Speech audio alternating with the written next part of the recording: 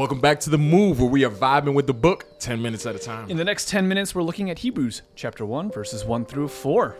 And in keeping with season 1, we were just looking at how we used to do this. You remember we used to look at the camera and be like, have you read it? Have you read it? All right. But we trust that you've read it. It's 4 verses. It's not that hard. Right. So reading through these verses, there was one take-home message, and I hope I got this right, because I feel like a lot of the Bible sometimes is pretty cryptic. You're wondering, what is it? What? I don't always understand all the nuancing and all the background. But if I had to read these 4 verses and come away with some lesson or some kernel of truth, I would probably say that Jesus is a big deal. Jesus is a big, big deal. Kind of a big deal. Big deal. What is the tune to Star Wars when it starts? We did this in season 1, though. We were in season 2 when we did the Book of John. Did we? Yes, we did. Because it's the same thing. That's the imagery same that scrolling comes. imagery. Yeah. I see. I always get that wrong because I'm always wanting to sing the Superman one. So that's how does that one go? Yeah, I don't know. It's not coming to mind right now. But again, this is what's happening here. Is this cosmic unveiling. I mean, so many of these books begin with a cosmic unveiling precisely because we constantly need to be reminded that this story is of cosmic scope, right? And it's a cosmic scope, and that cosmic scope is actually taking part in a group of people, a specific group of people that are intended to bless the world through what they bring, like what comes out of them, right?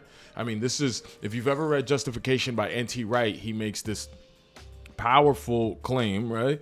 That justification, part of the idea here is that God is going to save the world through Abraham's seed.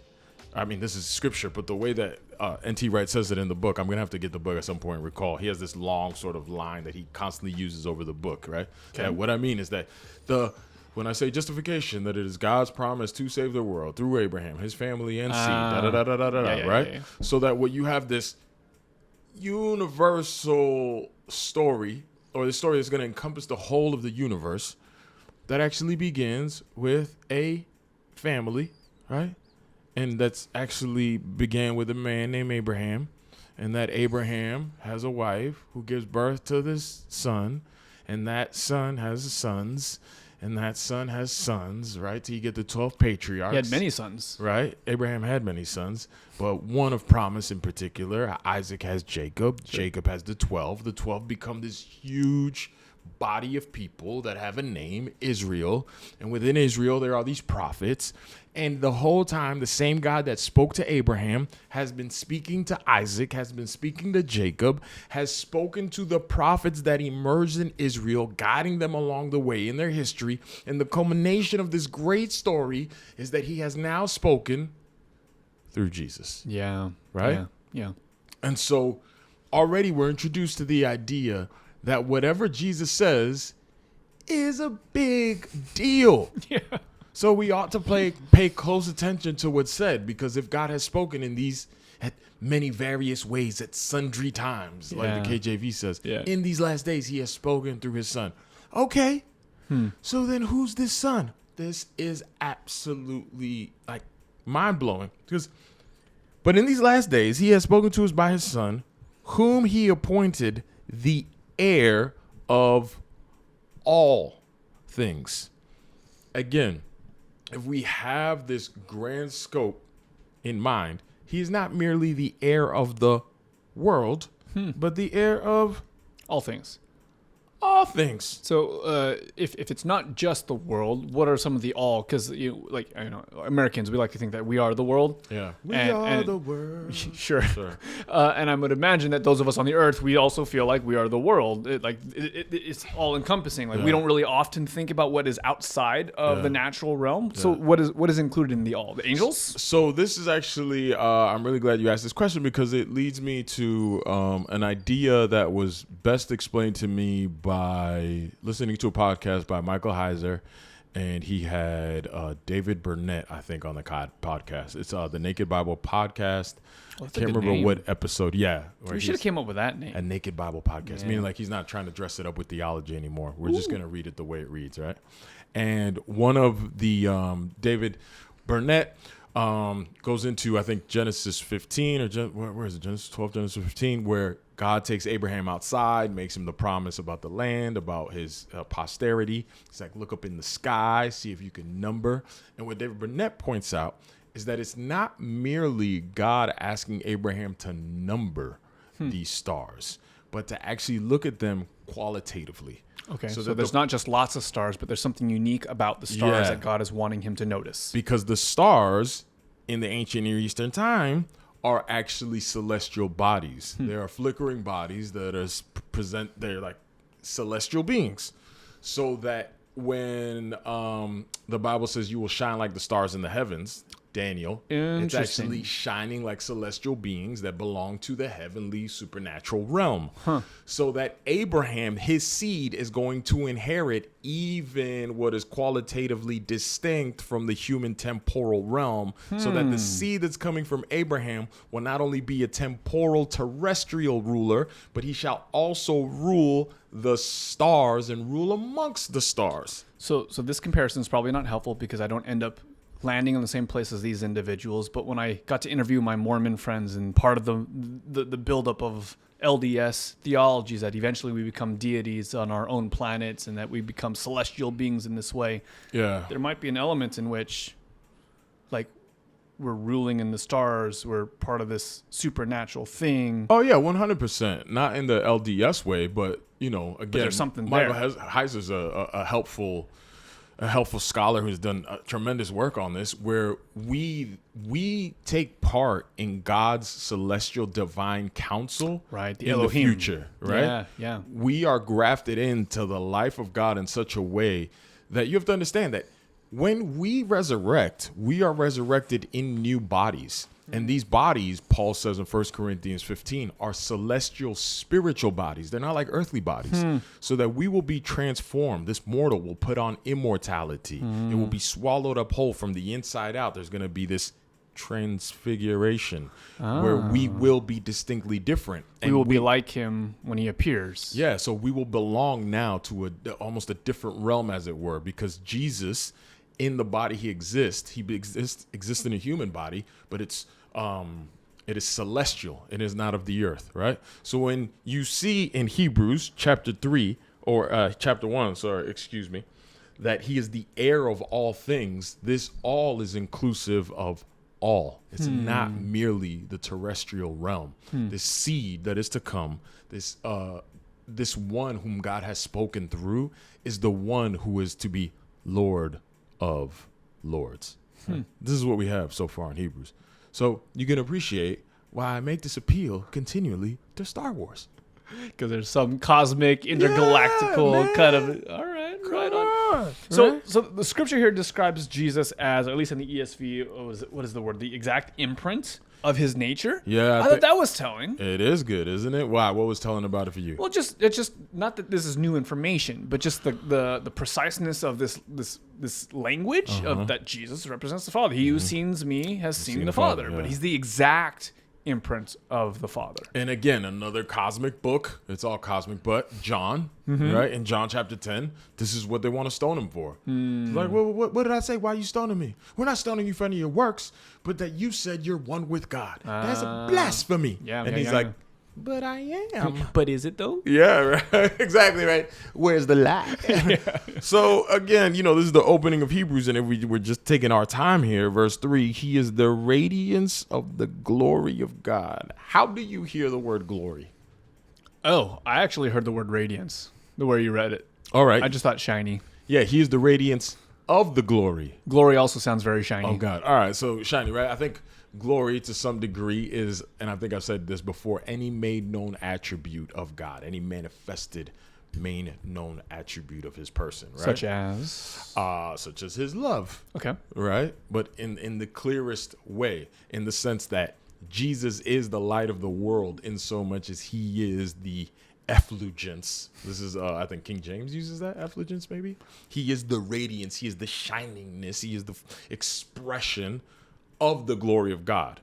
So the glory of God, his goodness, his attributes made known, his person, his being, his love, his compassion, his tenderness. Moses says, show me who you are. And what does he say? Long-suffering, compassionate. Like the goodness of his being is seen where? In Jesus clearly. There is no clearer presentation, right? So that Jesus is this revelation, right?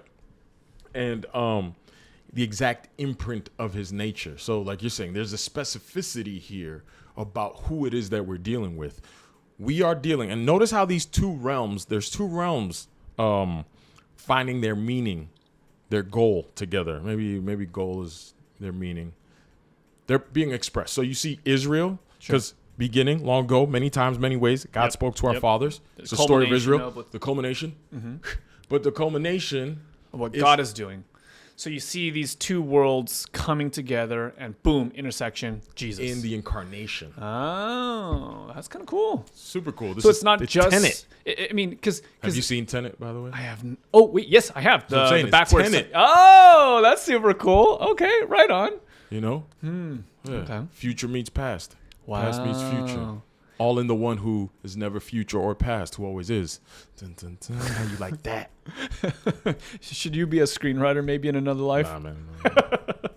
All right. Okay. Good. So one of the images that we're seeing here is not only that Jesus is the exact imprint of the Father, but we're seeing a specific action that I've heard a lot in kind of our faith tradition. I guess not even just in Christianity.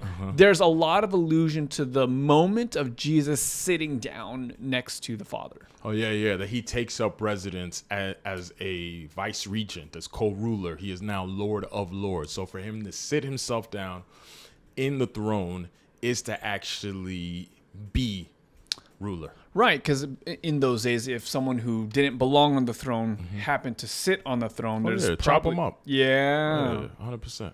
Interesting. But Jesus is the one that can sit down. So you see that he is the culmination of the story of Israel, but he's also the revealing of the person of God. Nice. Right? Yeah. That's super cool.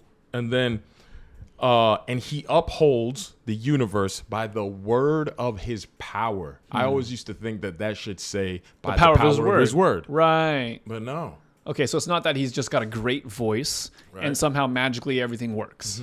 Okay, so the word of his power. Yeah. What does that look like? I think the way I've understood it, and as I've pursued this idea, is that the power of the deity that we serve, the power of God, is that he is what he says. And what he says is. So if he says, Justin, that's a beautiful red shirt you're wearing, right? So that's the word of his power, is that he's creative. But he's this being with such integrity that what he says is what he is, how he walks and how he moves, right? Where who else is like that? Who else has such integrity that exactly what they say is exactly what they do, and exactly what they do is exactly what comes out of their mouth. So there is no shifting shadows within them.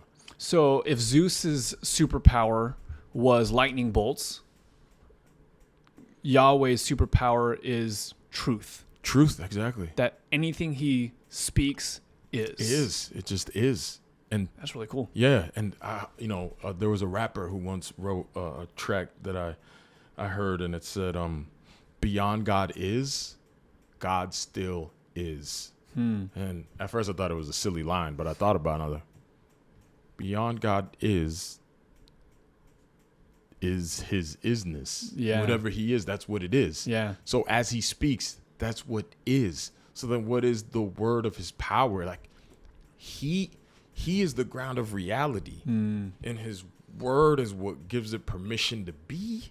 You see what I'm saying? We're talking about the unveiling of a different sort of, to even call him a being is to fall short. This is where you can't say anything. You're like, what sort of power are we talking about here? Right. Because when you think about the comparisons of other deities or supposed deities at the time, they're fickle. They say one thing, do another thing. They act on their own accordance. They're selfish. They're manipulative. Yeah. All of these things, and yet Yahweh stands supreme in that his word is law. His word is reality. So not here. So this is, again, you keep moving. Great line here. And after making purification for sins, he sat down at the right hand of the Majesty on high, having become as much superior to angels as the name he has inherited is more excellent than theirs. But let's just spend a little time before we finish these first 10 minutes. Yeah. We're almost at the end of our 10 Him minutes. sitting after having made purification for sins. Okay. Right? It doesn't sound like it's, people always tee up the Sabbath like, oh, God worked real hard. Time to take a nap. Mm-hmm. It's not like Jesus' legs were tired. So he needed to sit down. It is that the intrusion of death into the realm of his sovereignty has been conclusively dealt with. And he sits down as conquering and rightful sovereign. So if this was the end of a medieval movie, they just fought the Great War, the enemy has been vanquished, the dragon has been slain, and now we're in the great throne room scene where everyone is celebrating. There's this processional that takes place. All the soldiers, they got their spears crossing, and the king walks through and they lift the spears. This is a really cool moment. He gets to the throne, turns around, sits down, and everyone, hail the king. And scene. Done. And rightfully so. And on what basis? That he made a purification for sin, which is going to be a theme that emerges in Hebrews over and over, that in him sin has found its end, because in him is life, original, underived, unborrowed, and that life has overcome the domain of death. And that life is now mediated and given freely to the sons and the daughters of Abraham. And we get to partake in that. We get to partake in it. No. So this is where we're at. This is where we're going. Jesus is a big deal. Jesus, big deal. Pretty big Big deal. Big deal. Oh, man. We went a little over time.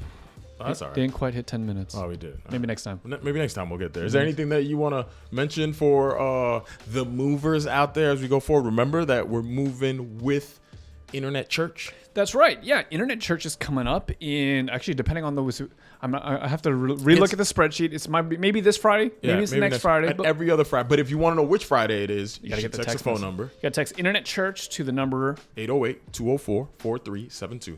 I'm going to get that memorized. It'll be in the show notes, the description. Text Internet Church. We'll keep you updated, and we will be vibing with Hebrews.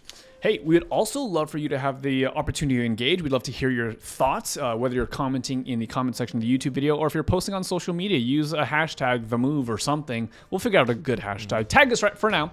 Tag us at Love Reality, JCood, all the things. You guys know the deal. Love to hear you guys. And, of course, if you're able to, leave us a review on the podcast. All right.